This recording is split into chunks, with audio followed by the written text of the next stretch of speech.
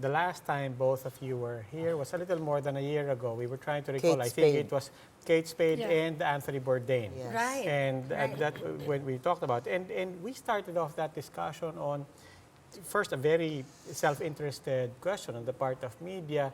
You're talking about this very openly, but how are we supposed to handle this when we get these reports? We know there are WHO guidelines on reporting on suicide, but when it comes to information like this, na meron na naman daw, we heard and so on, how should we handle the first break? How exactly should media take this?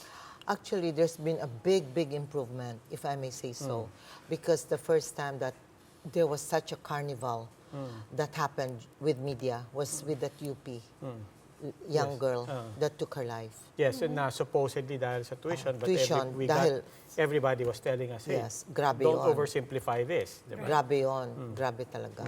And our calls really went up, just as high as Bourdain and Kate Spade.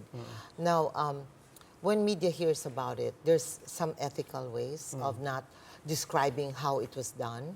And I think the public should also give that respect to the family, because sometimes still in society they say, Yes. ano ba, nagbigti? Ano bang poison ang ininom? They want all the details. And even if I know some details, I just say, let's pray because he had a beautiful life. Yeah, so, but Susie, on the other side of this Yeah. is we're trying, I mean, I know a lot of media people, not only hand-wringing, but really taking the time to train their people on how to report it. But as we're doing that, social media has actually overtaken the whole That's true. issue, Yes. di ba? Yeah. I mean, I talk about social media and how we're talking about how we should handle it. How should everybody out there with a social media account handle it when they hear about it or they see it on a private chat or they see it wherever? How should they handle the first break of the information? Right. I mean, the sensationalizing it or romanticizing suicide is very tempting. You know, people talk about the person, they talk about this and talk about that, and then same time you're seeing the video. Now, they feel like they're paying tribute to the person, not realizing that you could be triggering something in an individual who might be contemplating harming oneself. So I would say the general rule should be when something like this happens and we see it escalating in social media, is to publicize helplines, sources, places where people can go for help and support. That's how we can help. Because if it's already known by the public because of social media or something sensational that happened, then the thing is to do the prevention part and empower people to reach out and be helped by giving them numbers, giving them places or people they can call, and so on. So we can reverse the use of the social media, that it's not just about the event, but it's about this is where you can go if you're feeling disturbed by this or you need help. This is where you can go. And that can be quite powerful also. But I'd imagine that a lot of people would have difficulty trying to tell the difference between a tribute that shows respect to somebody who passed away versus something that could be harmful in the end. Run us through that. What's the best way to, if you want to write about somebody, you want to make a video about somebody who passed away, what should you avoid?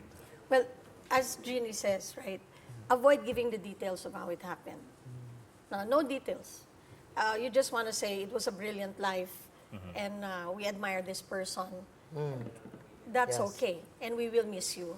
I think that's fine. Yes. But the moment you start talking about this is what happened, details, this is the floor, ayan na, yung may mga details na, or merong mga judgments like if it wasn't for the partner, or if it wasn't for the parents, or Yes. if it wasn't for the tuition fee, this is where it becomes triggering. Because somebody could be responding to a similar life situation and think, yeah, that's my solution.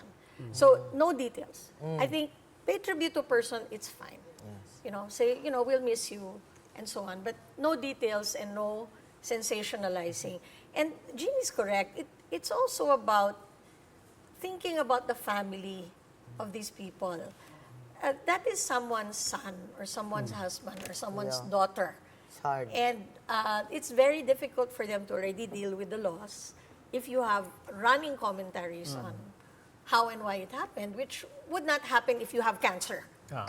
for example. Different. Then that is, this is part of the stigma. It's the being judgmental about what has happened. Try to stay away.